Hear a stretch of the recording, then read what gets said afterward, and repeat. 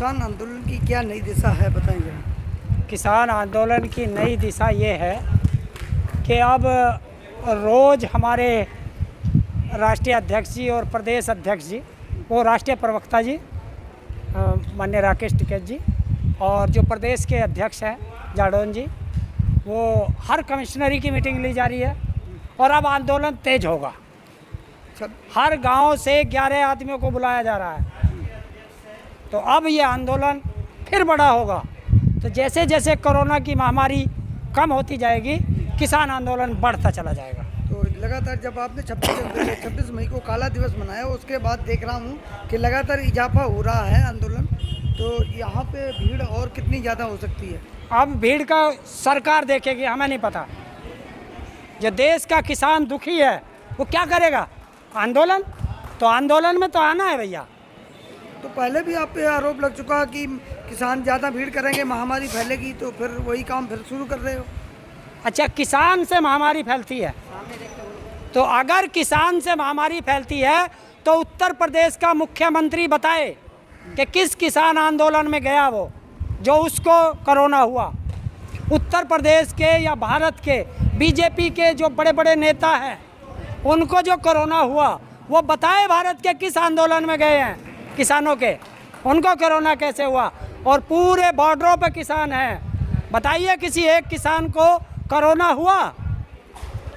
ये सब किसानों को बदनाम करने का सरकार का एक षड्यंत्र है कि किसानों को कैसे बदनाम किया जाए, किसान आंदोलन कैसे तोड़ा जाए।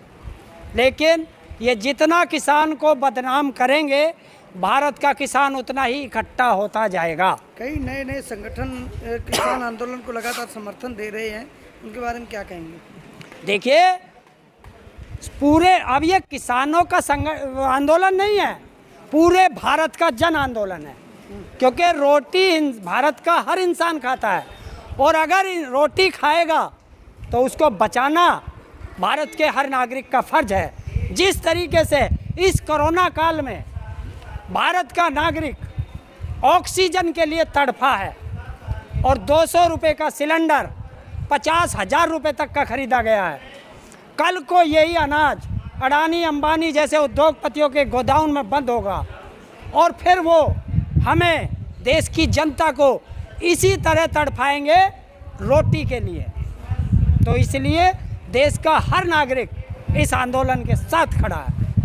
कहीं ना कहीं अब सरकार का थोड़ा लचीलापन नज़र आ रहा है। देखिए, सरकार को जब सद्बुद्धि आ जाए तब अच्छा है।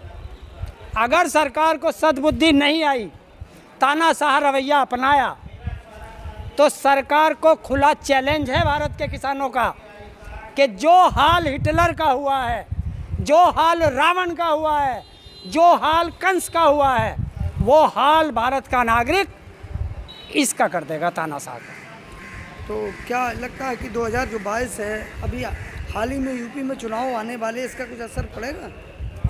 देखिए, 2022 का चुनाव, जो उत्तर प्रदेश के मुख्यमंत्री हैं योगी जी, उनको गद्दी छोड़कर मठ में जाना पड़ेगा।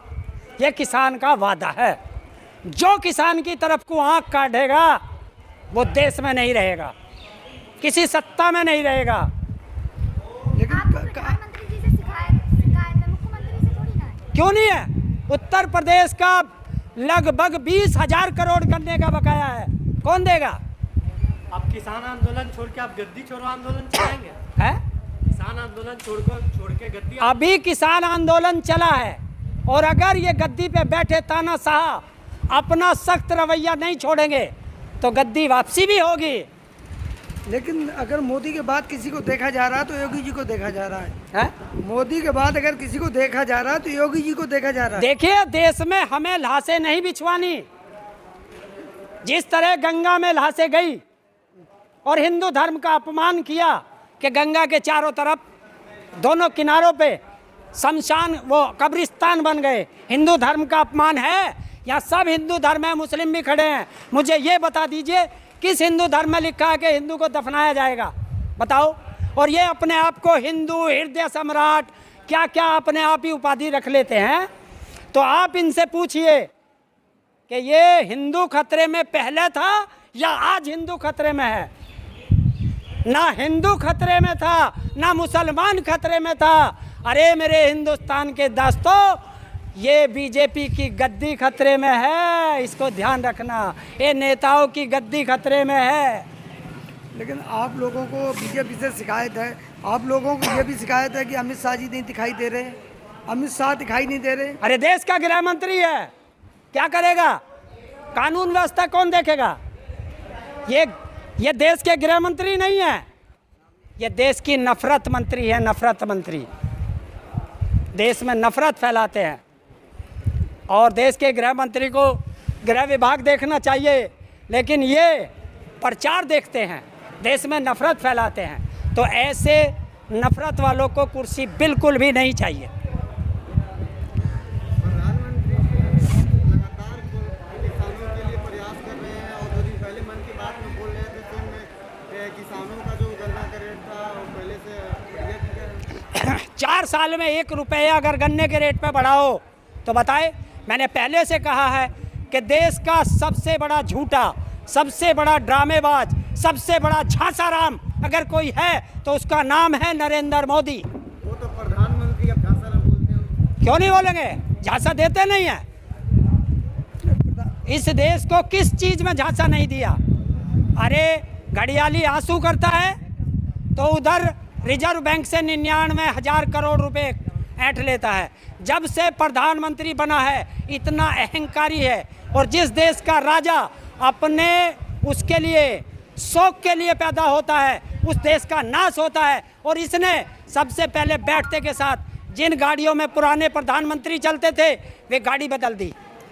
उसके बाद हवाई जहाज में जिसमें प्रधानमंत्री चलते थे, देश का राष्ट्रपति चलता था, बोला इसमें नहीं बैठूंगा। अपने लिए 8,500 करोड़ के 2 नए हाथी खड़े कर लिए लेके। उसके बाद बोला प्रधानमंत्री के घर में नहीं रहूंगा, नया घर बनाऊंगा। प्रधानमंत्री संसद में नहीं जाएगा, नई संसद बनाऊंगा।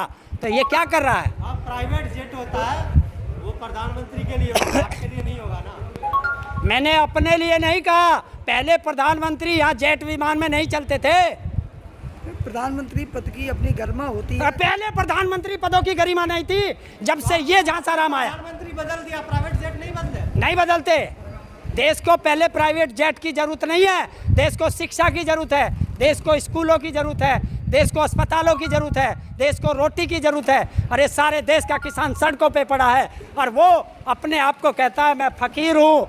ऐसा फकीर जो 8,500 के हवाई जहाज में चलता हो, 10 करोड़ की कार में चलता हो और 22,000 करोड़ का अपना महल बना रहा हो, वो फकीर होगा देश का? देश को झूठ बोल बोल के जुमले दे दे के देश की जनता को बेवकूफ़ बनाया इस आदमी तो ने। बना तो देश के लिए रहे ना। क्या देश के लिए बना रहे हो, चले जाएंगे तो बना तो यहीं रहेगा। अरे देश के लिए बना रहा है तो ये देश का किसान है, इसकी क्यों नहीं सुनी आज तक? 6 महीने से सड़कों पे पड़ा है। ठीक, और कुछ? That's all?